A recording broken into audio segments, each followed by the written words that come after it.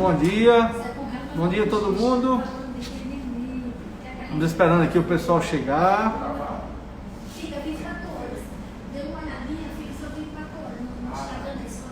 Luísa. Muito bom, dando um oi aqui para todo mundo. Sejam muito bem-vindos. Deixa eu ajeitar aqui que tá torto.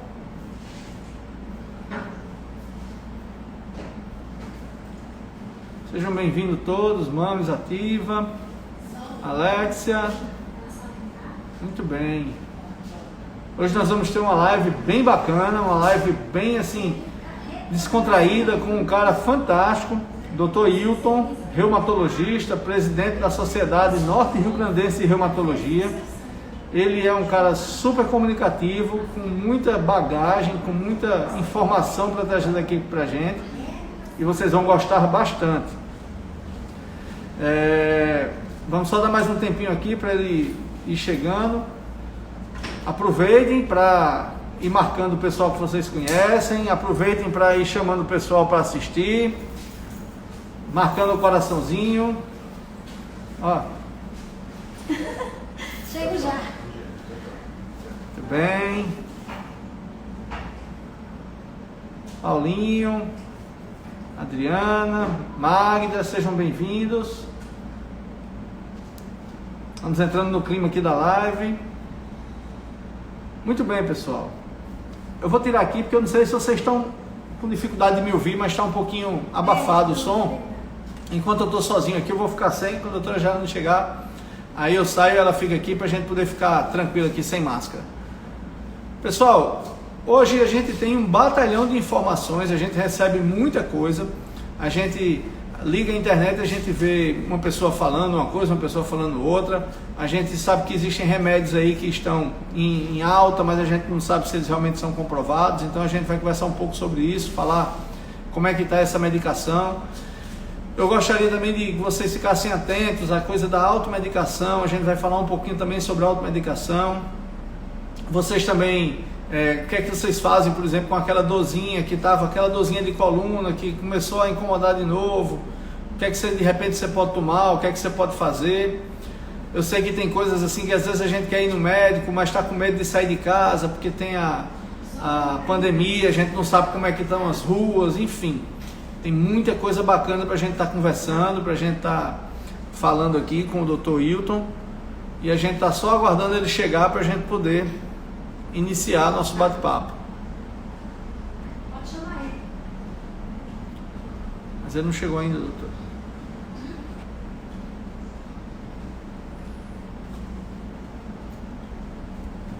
Ele não chegou ainda. Quer que eu fale com ele? Vamos lá, um pouco.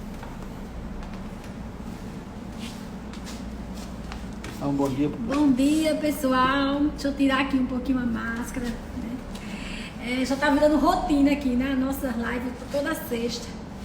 O seguinte, o doutor Hilton acabou de entrar, que coisa boa, a gente já vai chamá-lo, né? Vou dar um alô aqui à doutora Valesca, viu? Que bom, Valesca, que você tá conosco, fico muito feliz, viu? Um abraço no coração, certo? Então, vamos lá chamar o doutor. Que interessante.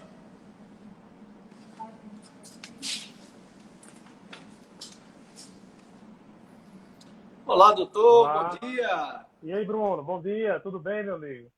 Tudo jóia. Deixa eu aumentar aqui um pouquinho meu som. Pronto. Queria saber se o meu som tá ok aí para vocês. Tá jóia, eu estou ouvindo bem. Pessoal, vocês estão ouvindo bem, doutor? Vamos lá, pessoal, dá um joinha aí se vocês estão, se o som tá bom. O doutor é novo, né? Parece que reumatologista a gente já tem essa coisa de idoso, né? Muito bom, muito bom. Tudo certinho, né, Bruno? Tudo certinho, doutor, tudo certinho. Podemos iniciar nosso bate-papo. Vou apresentar o senhor, pessoal. A gente já falou um pouquinho quem é o senhor, o presidente da Sociedade Norte-Grandense de Reumatologia. A gente já falou um pouco sobre o que a gente vai conversar hoje aqui na live.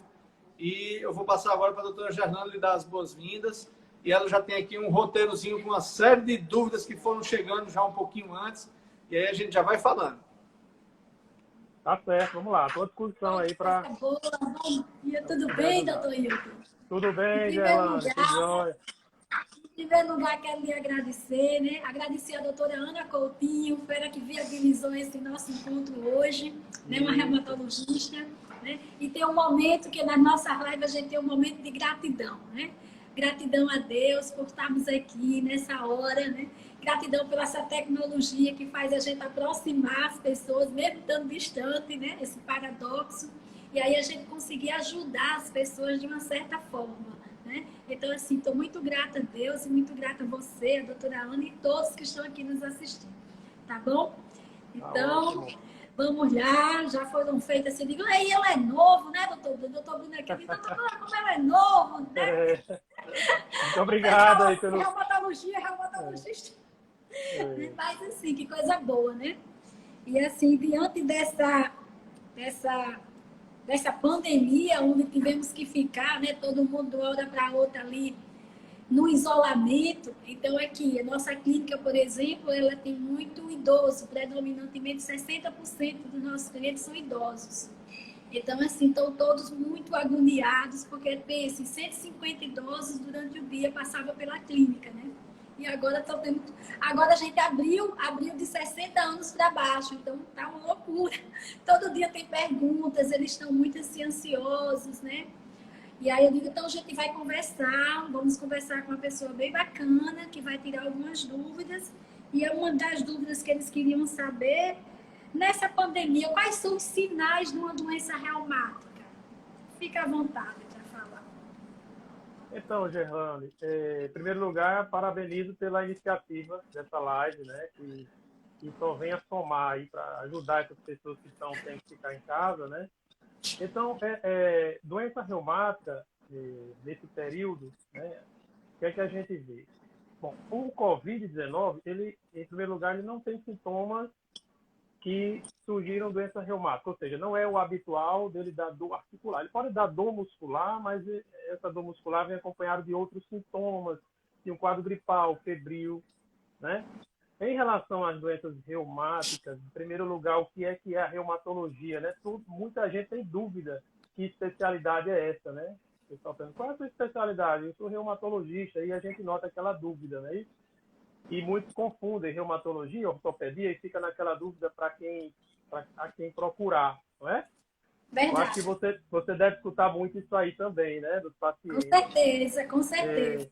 Então, assim, a reumatologia, a gente vê muita coisa em comum ao ortopedista, porque envolve aquelas doenças que têm sintomas de dores nas articulações, dores na coluna, dores musculares, né? E acaba que a gente trata muita coisa em comum, certo? Mas tem algumas diferenças. A ortopedia, ela costuma tratar aqueles casos muito mais relacionados aos traumas, né? A traumatologia, né? Aquelas lesões, as dores decorrentes de algum acidente, de alguma lesão, certo? E a reumatologia não vê essa parte, né? A gente é mais da área clínica, né? Então são aquelas dores que não teve uma causa traumática antecedente.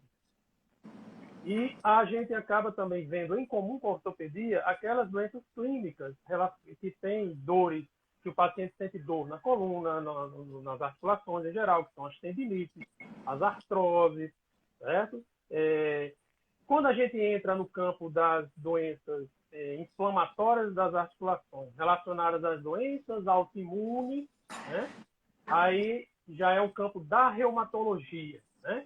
E aí a gente fala de doença autoimune, é aquela doença que você não tem uma causa específica, mas que surgem inflamações em várias articulações, né?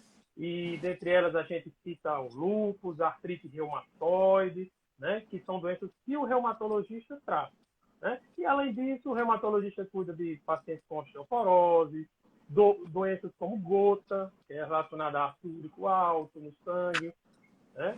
E é isso, mais ou menos por aí, essa diferença entre as doenças reumáticas, que o reumatologista cuida, que o ortopedista, né? Tem uma pergunta que já chegou aqui, né? A reumatologia, a doença reumática é só em idoso? Estou perguntando. É uma boa pergunta. Veja só, doença reumática ela não é só do idoso, né? A gente vê desde a criança até o paciente idoso, né? São doenças que afetam esses dois extremos, tá? Então, claro que o idoso é uma população bastante prevalente no nosso consultório, como você disse aí há pouco, na sua clínica tem um público grande de idosos, porque as doenças reumáticas prevalecem muito nesse grupo de pessoas, né? Por exemplo, a artrose, que é uma doença que inflama as articulações, mas que tem um caráter, de certo modo, degenerativo das articulações, ela prevalece depois dos 50 anos de idade. Você não costuma ver esse tipo de doença em pessoas mais jovens, né? Osteoporose, do mesmo jeito, tá? Então, são doenças que acabam cometendo mais o público idoso, mas os indivíduos jovens, né, eles são frequentemente acometidos, principalmente quando a gente fala de doença autoimune, né?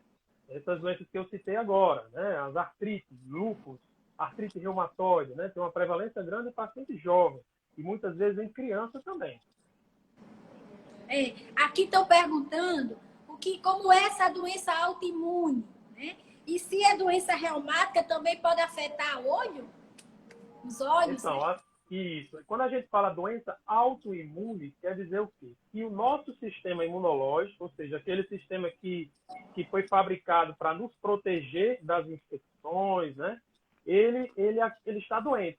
Ou seja, em vez de ele nos proteger, ele nos adoece. Ele acaba provocando dano nas nossas articulações, em outros órgãos também, que não é só articulação. Quando a gente fala de doença autoimune, por exemplo, várias doenças na glândula tireoide, por exemplo, que causam hipotireoidismo, muito frequente na população em geral, é uma doença autoimune. O sistema imunológico produz anticorpos que agridem a glândula tireoide.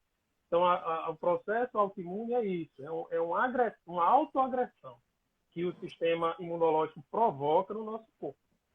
Tá? A questão do olho é uma boa pergunta, por quê? Porque o olho tem estruturas muito semelhantes às articulações, né? E o que é que acontece?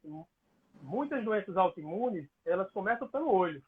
Elas ocorrem inflamações em camadas do olho, e o oftalmologista, quando ele faz esse diagnóstico, né, de uma inflamação específica, que a gente chama, por exemplo, uma uveiite, uma esclerite, né, até uma conjuntivite, ele pode, a partir daquele diagnóstico, ele já imaginar que possa haver uma doença reumática por trás, né, ou se iniciando, e muitas vezes eles encaminham para o reumatologista. Então, é muito importante, né, essa observação do olho. Então, muitos pacientes começam uma doença autoimune a partir de uma inflamação no olho. Pode ser um sinal de início dessa doença autoimune. Uhum. Outra pergunta aqui, tem uma pergunta de Lala Brilhante, né?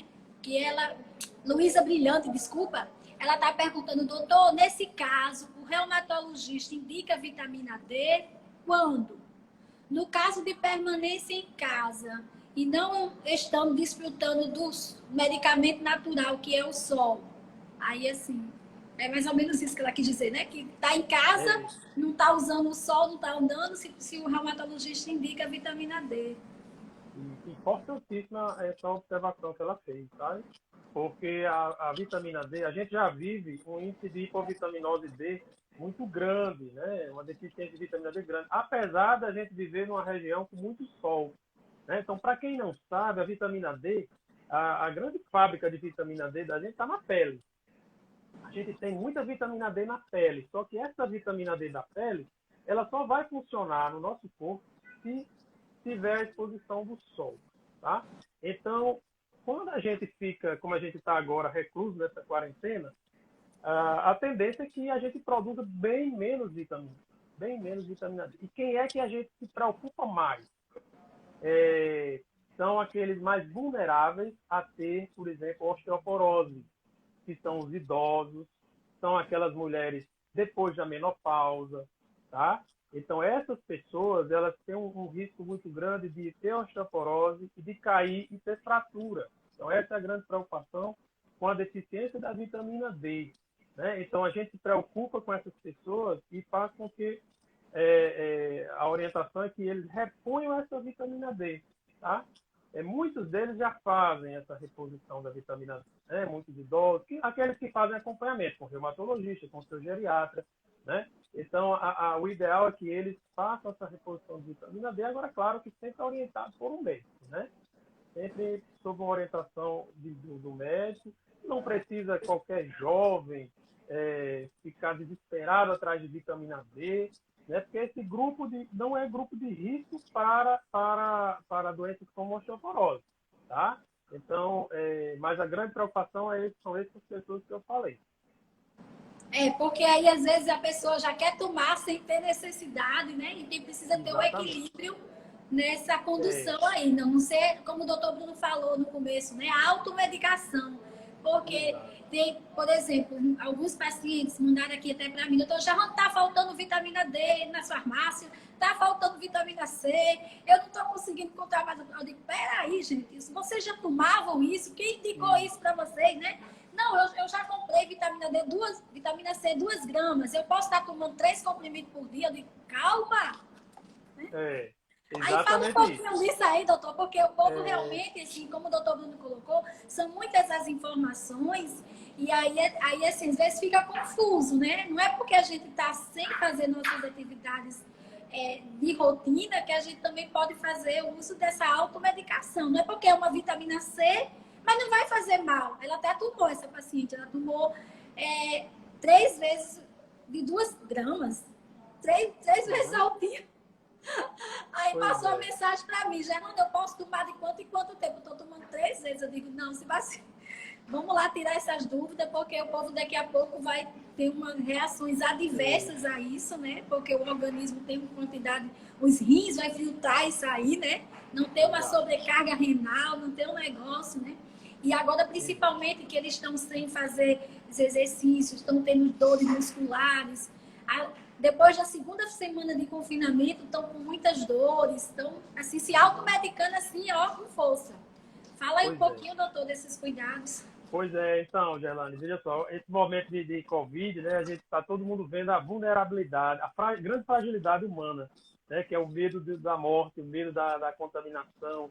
E aí isso faz com que as pessoas se desesperem, corram para as farmácias e comprem tudo que se fala por aí nas redes sociais, e que isso é bom, tal, mas a gente tem que ter cuidado, como você falou. Você observou bem isso aí. Porque não é tudo que vai servir para você. Tem que estar atento às informações médicas que estão existindo. Por exemplo, se fala muito de proteger a imunidade, muita vitamina C, e toma zinco, e toma aquilo tudo, né? Então, assim, a gente sabe que a maioria desses elementos, né, vitamina C, zinco, eles estão presentes nos nossos alimentos, né, na nossa alimentação do dia a dia. Se você tem uma alimentação adequada, você vai ter uma boa fonte de vitamina C, de zinco, né? Isso é importante para a sua saúde.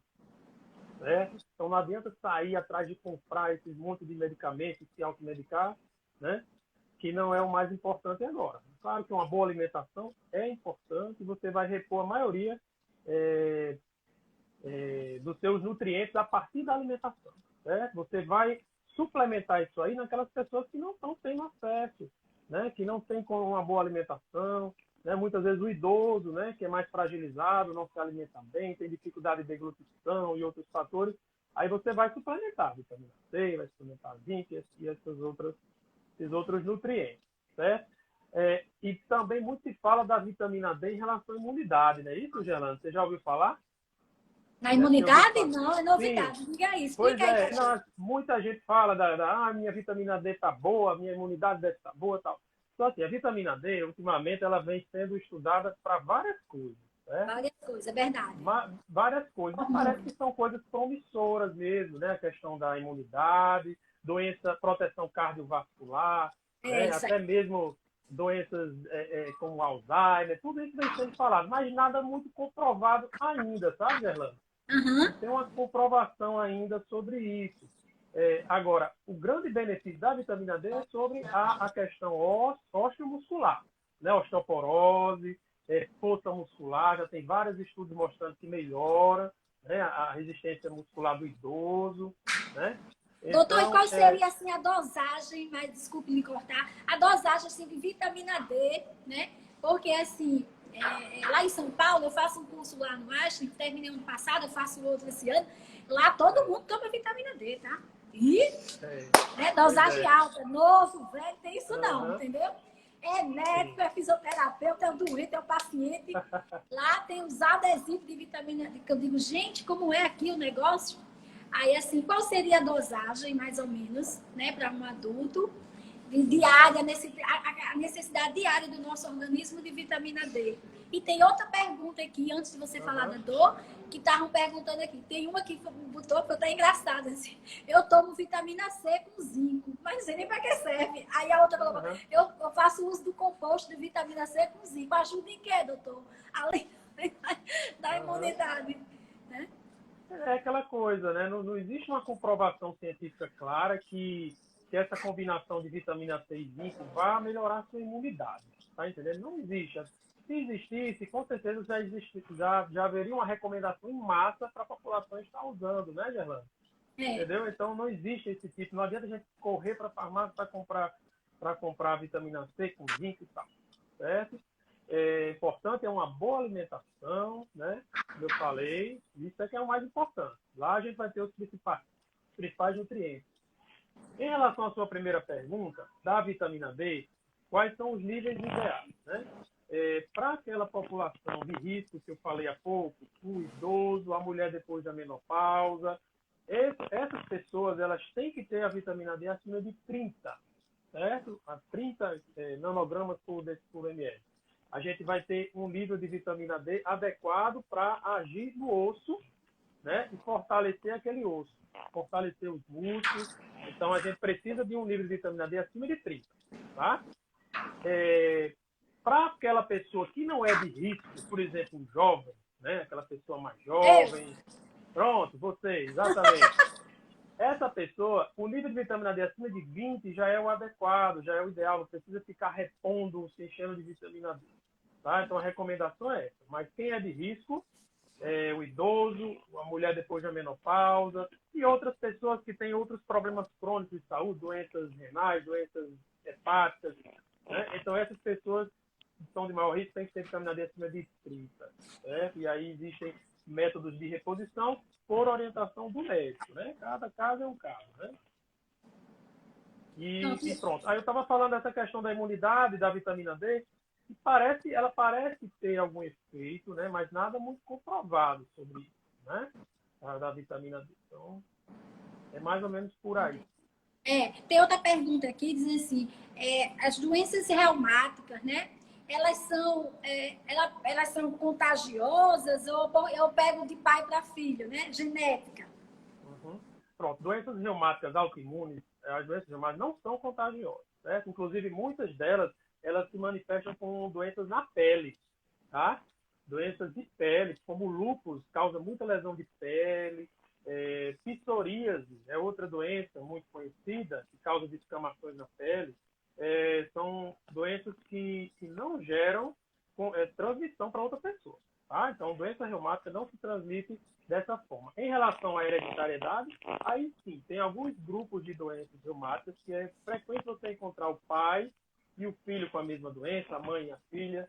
Né? É muito comum a gente ver isso aí, Gerlande, você já deve ter tido vários pacientes com esse diagnóstico das espondiloartrites, né? Espondiloartrite, né? Com a principal delas, a espondilite anquilosante, né? Que é uma doença, pronto, que perguntaram há pouco se doença reumática é só de idoso. Não, a espondilite dá muito em jovens, pessoas novinhas, então, principalmente sexo masculino, 20, 30 anos de idade, né?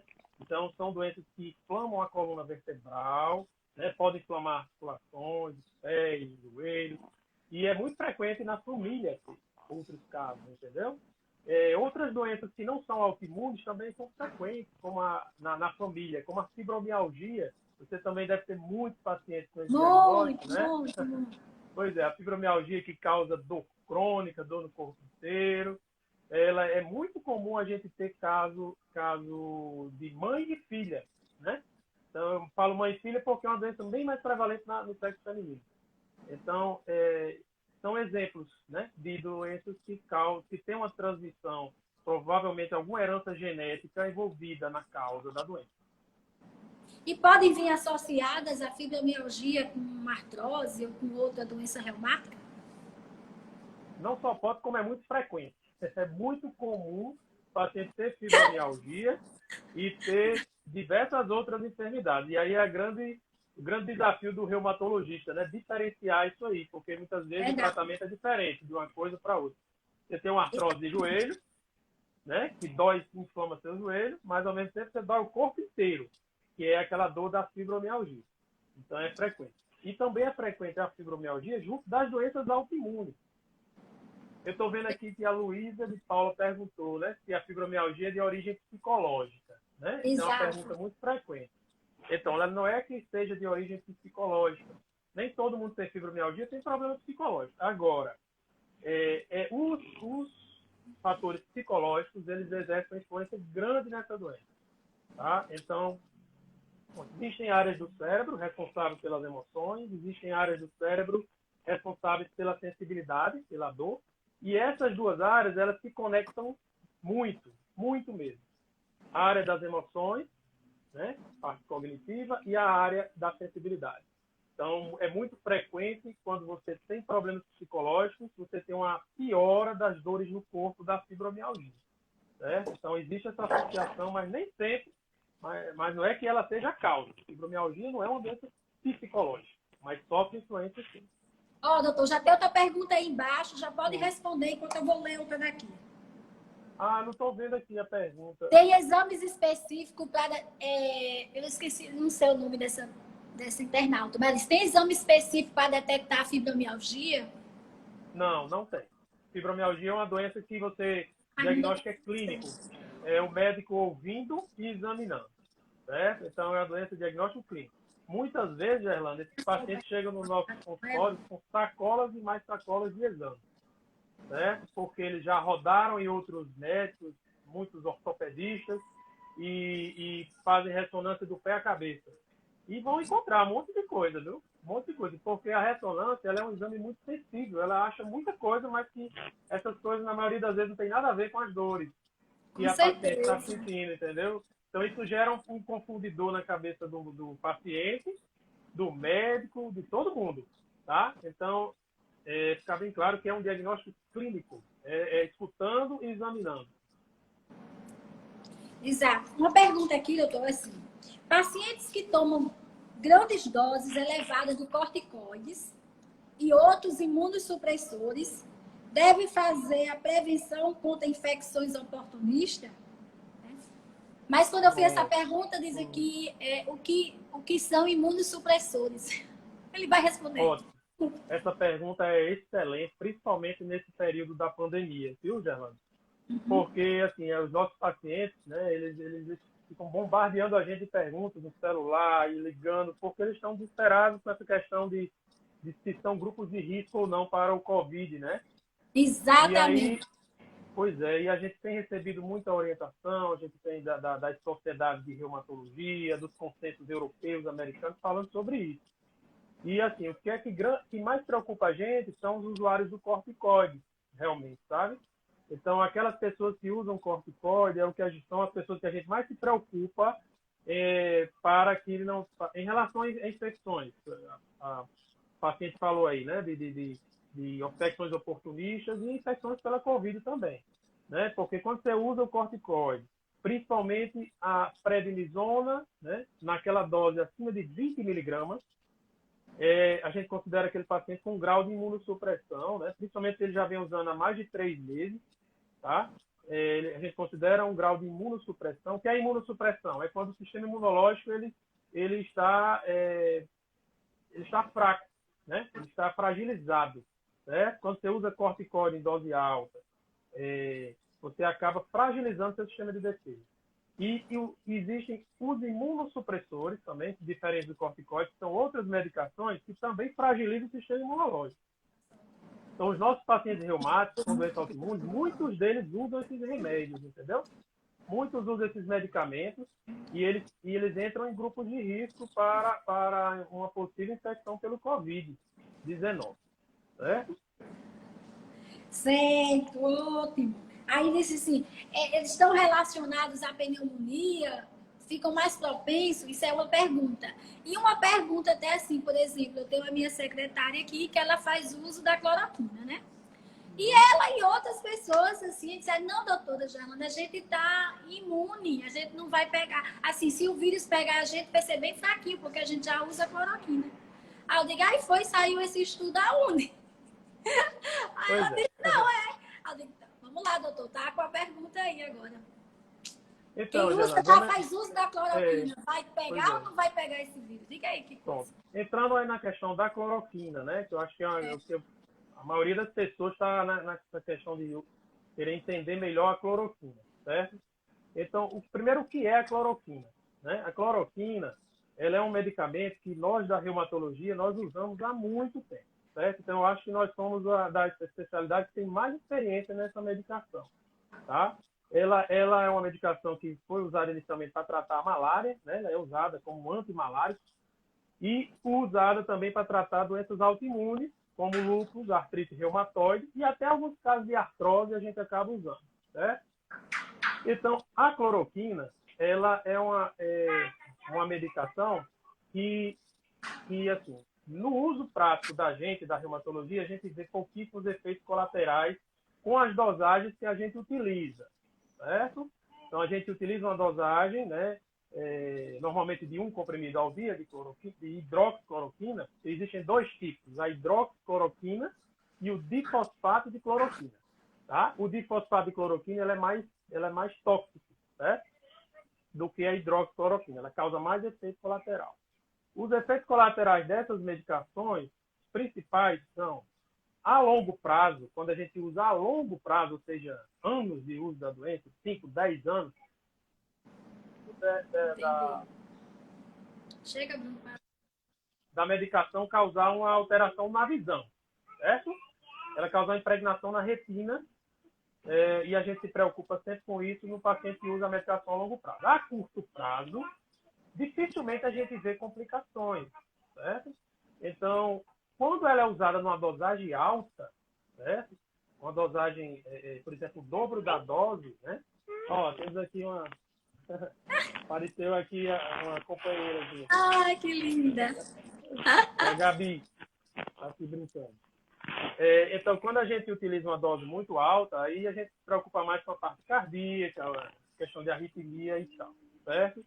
Mas, para o que está sendo utilizado nos protocolos atuais, né, não só aqui em São Paulo, nos maiores centros, a gente considera uma dosagem de medicação de maior tranquilidade para ser utilizada, certo? Em relação ao uso preventivo, como a sua atendente, né? A sua funcionária, né? Está usando. Então, isso aí, na verdade, não existe nada de consenso, né? Na verdade, não existe consenso nenhum ainda no uso da cloroquina em relação ao Covid e, de forma preventiva, muito menos, tá? Então, assim, não dá para confiar só porque usa esse remédio que ela está protegida contra o Covid. De jeito nenhum. Isso não existe. Inclusive, tá? doutor, inclusive até um profissional da área de saúde disse para mim, não, Gerlane, eu faço uso, se eu pegar o Covid, eu vou pegar mais leve. Não, Aí, isso não assim? tem nenhuma confirmação. Um médico me disse isso, diga aí. Pois é, mas não Esclarecer tem. aí, né, doutor? Porque o povo tá Não. perreado. Pois é, existe um pessoal lá de São Paulo, inclusive lá da Escola Paulista de Medicina, onde eu fiz formação, que eles estão fazendo um estudo bem bacana sobre isso. Eles estão avaliando 2.000 pacientes, ou 1.000 é 2, acho que 2.000 pacientes que já usam cloroquina para suas doenças reumáticas, e eles estão fazendo um estudo, né, para justamente ver isso. Né? Estão avaliando esses pacientes e os seus familiares que não usam, né? E aqueles que vão ter a doença, que não vão ter a doença, e vão ver se vai ser uma doença mais leve, se vai ser uma doença mais grave, se vão ter, se não vão ter. Então, tem estudos aí vendo isso, mas por enquanto não dá para confiar, não. Tá? E em relação à cloroquina, que é bem polemizado, né, ultimamente, né, é uma medicação que já tem vários estudos em cima dela, né? E parece que ela tem realmente algum efeito em reduzir a viremia, né? Antes ela estava sendo utilizada só na fase mais grave da doença, né? Mas o que a gente tem visto, que na verdade parece que ela deve ser usada em fases mais precoces, realmente. né? E tem alguns estudos, alguns centros mostrando que o número de internações, de óbitos tem diminuído, tá? E aí, naquela dúvida e pela falta de tempo de conclusão dos estudos e também pelo baixo risco de efeito colateral de uso a curto prazo, o Ministério da Saúde orienta o uso dessas medicações, claro que prescrito por médico, né, a nível de algum centro de atendimento, né, hospitalar, para aqueles casos moderados e alguns casos leves, alguns na dependência do médico, né? Se o médico quiser receitar, ele pode receitar. Então, os casos não graves, eles já estão sendo utilizados a cloroquina para tratamento. Tratamento, não prevenção, tá? Então, não adianta sair correndo nas farmácias e comprando esse remédio, porque, inclusive, todos os dias nós recebemos da reumatologia mensagens de pacientes desesperados, pacientes sem lucro, que não conseguem comprar o remédio, porque está faltando na farmácia. Então, esses pacientes vão piorar as suas doenças, vão ter que procurar pronto-socorro, porque a doença vai descompensar, por falta da cloroquina para a sua doença de base, né? Então, tem que ter muito critério. A população tem que ter essa consciência, é verdade. Exatamente. Vou passar aqui para o doutor Bruno, porque tem umas perguntas que eu não consigo nem ler aqui na tela. Vou passar então para ele. lá. Diga aí, Bruno. Diga mesmo. Rapaz, eu tava ali ouvindo aqui vocês e pensando assim, se fosse um jogo de futebol, acho que tinha que sair todo mundo, pagar o ingresso de novo e voltar, porque tá um sucesso. Tá muito bacana. Vocês dois estão de parabéns, o pessoal com as perguntas interagindo, tá muito, muito, muito bacana mesmo. Doutor, a pessoa perguntou aqui o seguinte, o nome dela é difícil de falar, eu vou pedir perdão a ela, mas é Ed Winazui, alguma coisa assim, perdão. Ela disse assim, que quem sofre de hérnia de disco, artrose, bursite, tendinite, normalmente a gente tem exames para detectar isso. E por que não tem de fibromialgia? Né? E ela ainda falou o seguinte, que aí é uma coisa que a gente podia conversar um pouco. Ela disse, por que o ortopedista dela pediu para ela procurar um reumato? Né? E aí a gente entrar um pouquinho, até onde vai o limite, né? Às vezes a pessoa está com uma dor nas costas, aí vai para um ortopedista, mas deveria ter ido para um reumato, e vice-versa. Né? A gente falar um pouquinho sobre isso. Ela disse que não tem. Então, assim, a questão da primeira pergunta, por que é que fibromialgia não tem exame e a artrose tem? Então, cada doença, ela tem um mecanismo, né? Ela tem um mecanismo de surgimento, tá? Então, o mecanismo da artrose, ela é uma doença inflamatória, né, com alterações de desgaste das articulações, onde você visualiza na imagem, nos exames de imagem, né? Isso fica mais fácil de diagnosticar. Já a fibromialgia, ela tem um mecanismo, um surgimento diferente. Ela não está relacionada à inflamação, ela não está relacionada a desgaste, tá? Ela está relacionada a um defeito de modulação da sensibilidade. Então, essas pessoas que têm fibromialgia, elas têm uma grande incapacidade, né, de se defender contra a dor. Eles sofrem de dor com mais facilidade, né? O sistema nervoso central dessa pessoa, né, o cérebro e outras áreas do nervoso central, elas estão meio defeituosas, tá? No controle da dor. Dói o corpo inteiro, tá? Mas não existe um exame realmente para detectar isso aí, tá? É clínico, diagnóstico clínico.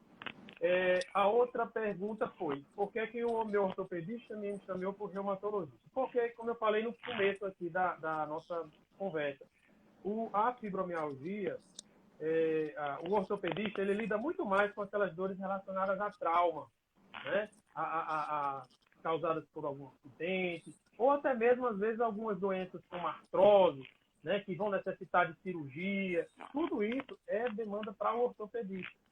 Quando o paciente tem uma fibromialgia, envolve muito o manejo clínico de medicamentos que eles, na verdade, não manejam bem, certo? Então, a gente utiliza antidepressivos, a gente utiliza drogas anticonvulsivantes, né, e vários outros medicamentos que têm que ser conduzidos por um clínico. O ortopedista ele não é um clínico, tá? Então, o reumatologista, sim. Ele é um médico clínico, ele prescreve imagens, tem mais experiência nesse medicamento, ele tem mais experiência no paciente que tem dor crônica, e por isso que o ortopedista encaminhou para o reumato. Ok, show de bola. Deixa eu passar aqui para a doutora para ela continuar aqui com as perguntas. Só que tem perguntas. Não, aqui é o seguinte, né? A pessoa, tanto o familiar me perguntou, que eu anotei aqui, que chegou no meu WhatsApp, E os pacientes também, pacientes reumáticos, eles dizem, eu não fico bom, eu não melhoro, entendeu? Eu vou e volto para a fisioterapia, gasto tanto dinheiro e não fico boa. Então, assim, aí eu queria que o senhor explicasse um pouquinho, falasse um pouco desse, como é esse controle, como é estar bom, como é um paciente reumático, uma pessoa com a doença reumática, que a doença, depois de um certo tempo, doutor, que é que a gente vê também aqui, porque a doença não é só do paciente, né? É da família daquele paciente. Então, tem pacientes que dizem assim também, eu não vou nem dizer mais lá em casa que eu tô com dor, porque o povo fica aborrecido comigo, entendeu? Que eu já durmo com dor e acordo com dor. Aí fica naquela ciranda de médicos, né? E aí a gente queria que você falasse um pouquinho disso, né? O que é ficar bom com uma pessoa com problemas reumáticos, né? Pronto. Esse perfil de paciente que você falou é aquele perfil do paciente que ele é portador de uma dor crônica. Exatamente. Então, eu gosto muito de explicar ao paciente o que é uma dor crônica e o que é uma dor aguda. Uma dor aguda é aquela que começou há poucos dias, poucas semanas, você, sei lá, você teve uma tendinite ou torceu o pé. É aquela dor mais fácil de tratar. Essa vai ser facinho de tratar, você vai usar um anti-inflamatório, você vai fazer um repouso, vai fazer uma fisioterapia ali breve e vai melhorar. Ótimo. O paciente que tem uma dor crônica, ou seja, aquela dor que tem mais de 3 meses, certo? Normalmente ela é trabalhosa mesmo de se tratar. Ela não depende de um único remedinho ali milagroso e vai resolver.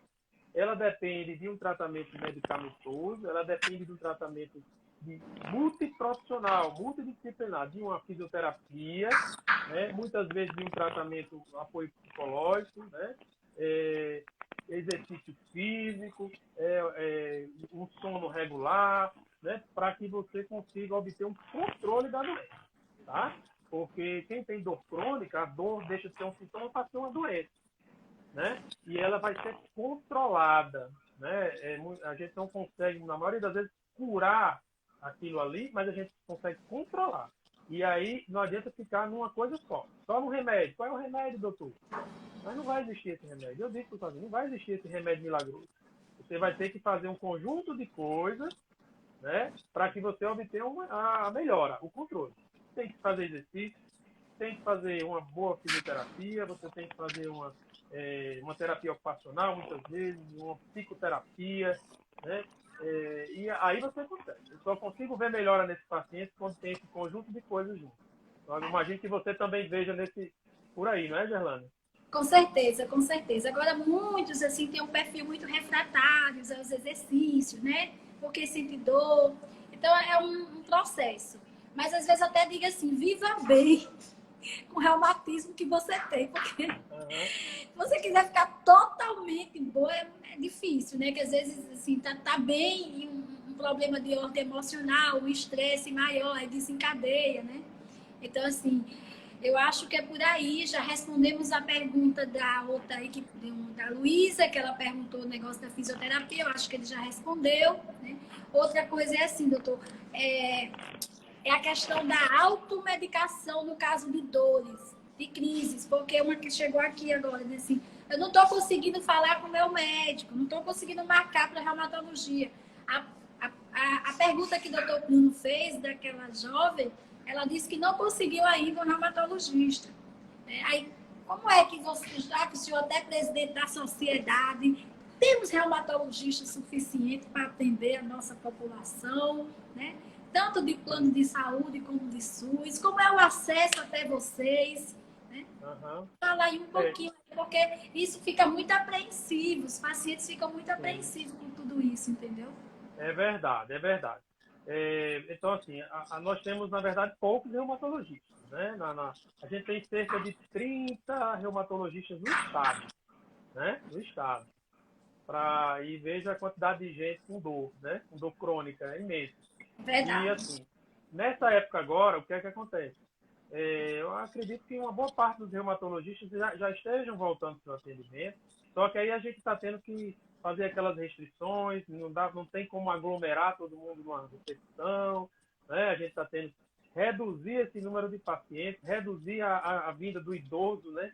tentar minimizar. Eu particularmente, só estou atendendo casos de urgência, né? Os pacientes entram em contato, eu vejo o que é, se for caso urgente, eu oriento que venha, né? Mas eu tenho tentado estar ao máximo de contato com o meu paciente, porque está difícil realmente ele vir à consulta, e aí a automedicação pode gerar uma outra doença. Você ficar tomando anti-inflamatório, por exemplo, tem muita gente aí sedentária, parada, deitada numa rede, essas pessoas vão ter dor na coluna, dor no pescoço, né? E aí ficam tomando anti-inflamatórios, podem ter risco de uma gastrite, de uma úlcera, um problema renal, né? E isso pode gerar problemas, né? E a gente não quer para o paciente. Então, mas assim, a maioria dos reumatologistas eu acho que já estão voltando aos seus atendimentos, né? É importante que aquele paciente tente entrar em contato com o seu médico, fale com o atendente de médico, qual é a urgência, qual é a gravidade. E assim, o reumatologista, ele com certeza ele vai ter o bom senso em atender o seu paciente. Entendeu? Vai achar uma forma de se comunicar com ele. Alguns outros colegas estão fazendo a telemedicina, né? Também foi autorizada temporariamente, é uma outra forma de atendimento. Eu já vi entre nosso grupo que alguns colegas estão fazendo, né? A gente tem algumas limitações pela questão do exame físico, mas ajuda, você traz orientações em relação a remédios. Os pacientes têm dúvida, né? Eu tomo ou não tomo esse remédio? Por quanto tempo eu tomo? Então, a telemedicina pode ajudar nesse aspecto, né? Vai ter que ser usado nesse momento de crise aí, desses meios tecnológicos, né, Gerlane? Outra pergunta aqui é assim, tem um paciente que ele perguntou assim para mim, que ele faz uso de medicação de alto custo, você entendeu? Ele disse assim, é só uma injeção, por que eu não posso sair, Gerlane? Diz que eu tô com minha imunidade baixa. Foi o reumatologista que passou. Ele perguntou o quê? Porque não pode? Porque não pode sair. Ele quer saber a relação entre essa medicação de alto custo, que ele entrou até na justiça para receber, o plano dele está pagando, foi o reumatologista que passou, e porque ele não deve sair porque ele não é idoso, certo? Aí ele diz, eu não posso sair por causa que eu estou tomando uma injeção, eu não estou entendendo. Ah, tá. Não, veja só, é porque assim, a gente utiliza alguns medicamentos, deve ser provavelmente um imunobiológico, né? Então, esses imunobiológicos são medicamentos geralmente injetáveis, faz injeção na veia ou subcutânea, debaixo da pele. E, assim, parece uma injeçãozinha simples, mas, na verdade, ela mexe na imunidade, certo? Então, aí a gente acaba se preocupando, ele acaba se tornando um paciente de risco, porque a gente não sabe ainda qual a repercussão do Covid-19, né, numa infecção, em um paciente que usa esses medicamentos. A gente imagina que possa ter uma repercussão mais grave. Então, por isso que a gente pede por excesso e orienta restrições para essas pessoas, entendeu, Gerlane? Apesar dele ser jovem, às vezes atleta e tudo, mas só o uso da medicação a gente tem que orientar para ter cuidado. Exatamente. Ele é jovem, tem menos de 35 anos. Pois é. Aí disse, eu vou sair, porque eu só tomo uma injeçãozinha. Negócio, não. Ele tá assistindo essa live. Outra coisa, doutor. Teve uma que perguntou como é que a fisioterapia ajuda vocês. Eu mesma vou responder, né? Aqui a gente tá fazendo a parte do teleatendimento, né? A gente orienta o povo a não ficar o tempo inteiro em repouso, ou seja, ou sentado, ou deitado, ou numa rede, ou numa cadeira. A gente orienta a assistir uma televisão em pé, entendeu? Mexer nas pernas. Quanto mais você se movimentar, mesmo na sua casa, no seu apartamento, melhor. Né? E assim, bom saber que os reumatologistas estão fazendo essa questão do teleatendimento, porque, assim, até eu estava pesquisando um pouco com relação a isso, que nosso conselho autorizou, né? E eu vi também lá no Einstein que o teleatendimento já existe. Inclusive o SUS, porque a telemedicina, né, teleatendimento, foi desenvolvido justamente para atender as pessoas que moram nas regiões mais remotas do país, né, no interior do Pará, do Amazonas ali. Então, a telemedicina foi para isso. Inclusive o SUS paga para prestar assistência na saúde básica, né, que a gente às vezes nem sabe disso, mas é verdade. Agora foi do que os conselhos de classe, devido a esse isolamento social, autorizou para algumas especialidades atuar. Então, Então, é bom saber que aqui a gente está com os reumatologistas desenvolvendo esse tipo de trabalho, porque são pacientes de risco, naturalmente, né? O paciente reumático, principalmente o crônico. Aí é bom saber disso, eu fiquei muito feliz, né? Porque eu não sabia que Eu acho que é um caminho sem volta, né? Exatamente. É um caminho sem volta, porque, claro que não dá para todas as especialidades utilizarem da telemedicina, exclusivamente da telemedicina. Mas tem muitas que vão ajudar muito, principalmente nessas áreas mais remotas, né? Mais longínquas, onde você pode utilizar. A tecnologia está aí para isso, né? Áreas como cardiologia, oftalmologia, acho que, mas isso vai ser regulamentado mais na frente, vai ser aperfeiçoado. Eu acho que a tendência é só melhorar, né? Com certeza. Aí nessa nossa pesquisa, eu até vi também, assim, por exemplo, tem programas já voltados para o cardiologista, né? Para o telediagnóstico, que tem uns protocolos já desenvolvidos para isso, né? E o interessante é que o SUS é para dar, né? O teleatendimento, tem uma pergunta aqui, deixa eu ver. O teleatendimento, você está conseguindo ver aí? O teleatendimento com plano de saúde, como é esse procedimento? Ah, tá. Bem, eu não posso responder. Parece que esse tipo de procedimento ainda não está sendo, até onde eu sei, né? Via convênio. Eu acredito que não. Eu não estou utilizando a telemedicina. Eu sei que tem outros colegas utilizando, mas me parece que não por via convênio, né? Mas isso eu acho que vai ser aperfeiçoado mais na frente, né? Existe. Gerlane, em relação a que você estava falando dessas medidas aí preventivas, né? De não ficar muito tempo na rede e tal, isso aí é importantíssimo, viu? Eu acho que vocês devem estar fazendo um trabalho ótimo, né? Eu sei que eu tenho meus pais são idosos e eles estão bem reclusos, e a minha mãe me manda vídeos, né? Que ela fazendo as ginásticas dela e tal, justamente a partir de exercícios, né? Que ela tem participado aí eu tenho um irmão também que é fisioterapeuta, você conhece Jorge? Jorge, claro, conheço sim, aquele meu vizinho. Excelente profissional, meu vizinho, gosto muito. E aí ela segue a risca ali aqueles exercícios e eu acho importantíssimo isso aí, essa questão de evitar o sedentarismo, ter que estabelecer uma rotina de horário para fazer algum exercício, né? Então, hoje a gente tem clínicas como a sua que oferece esse serviço, né, de orientações, né? Vários educadores físicos estão fazendo isso, né? Isso é importante demais, porque vai ajudar a prevenir dores na coluna, né? Vários outros problemas, né? E evita que você tenha que procurar um médico depois para corrigir, para tratar, né? Então, medidas preventivas são fundamentais. Exatamente. Muitos elogios aqui para o senhor, doutor. O nosso tempo já está acabando, né? Porque de repente passa, já foi uma hora, nosso tempo está acabando, né? Então, está dizendo aqui que o senhor foi ótimo, gratidão, né? Ainda não estou muito fã, que o profissional. Parabéns para o doutor, né? Que coisa boa, né? Então, eu acho que o teleatendimento vai ser uma realidade, né? A gente não tem como fugir disso. E assim, nos outros países já tem o teleatendimento. Eu estava pesquisando desde 1946, Boston já fazia o teleatendimento, né? Mas antes de, em 69, quando o homem foi à Lua, como é que o pessoal ia monitorizar? Então, até hoje, eles já fazem o teleatendimento, né? Os astronautas, por tudo, né? Então, assim, o futuro chegou na nossa porta e a gente tem que ver de alguma forma. As entidades de classe têm que trabalhar com relação a isso, né? Para regulamentar, para seguir os preceitos éticos, né? Os códigos direitinho, a confiabilidade, né? O sigilo profissional. Tudo isso tem que ser respeitado e levado em consideração.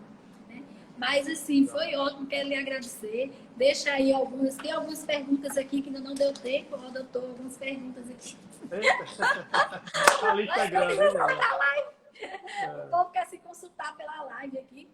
Mas, assim, interessante que os internautas conversam com eles mesmos na live. Faz um bate-papo.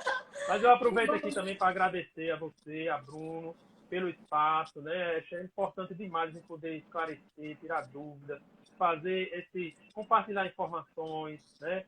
como está lidando o médico reumatologista, como ele está lidando o fisioterapeuta com toda essa situação. Então, eu espero que tenha contribuído para todos que assistiram e estou sempre à disposição. Muito obrigada. Vou passar aqui pelo Deus que lhe abençoe, entendeu? Que lhe ajude, né? Assim, me proteja todos nós contra esse coronavírus, né? Para a gente poder superar e ajudar o nosso próximo, tá bom? Sem dúvida. Um abraço, Gerlane. Beijão. Qualquer coisa, deixa o teu contato aí, né? Vou passar para Bruno, que Bruno faz comercial aqui melhor do que eu.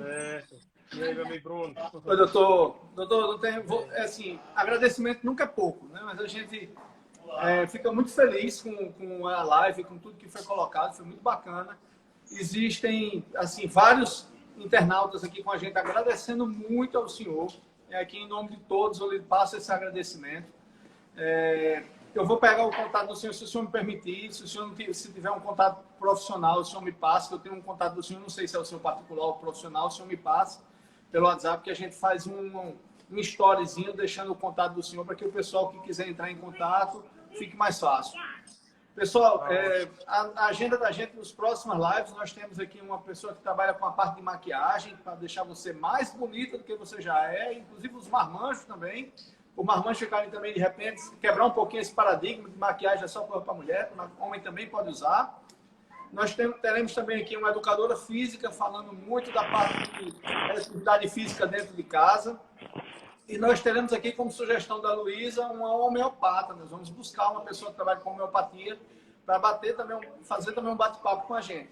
E lá no Stories, nós também vamos colocar um cardzinho com as perguntas para que vocês coloquem os profissionais que vocês querem que a gente chame aqui para fazer um bate-papo com a gente. De antemão, já vou me despedindo de vocês. O Instagram ele é cruel, ele vai lá e corta mesmo, a gente já sabe disso. Mais uma vez, agradecer ao doutor e me despedir de vocês e convidá-los para a próxima sexta-feira, às 10 horas. A gente está aqui de novo, batendo nosso bate-papo semanal. Grande abraço. Um abração, Bruno. Parabéns aí pela iniciativa. Valeu, doutor. Tudo de bom.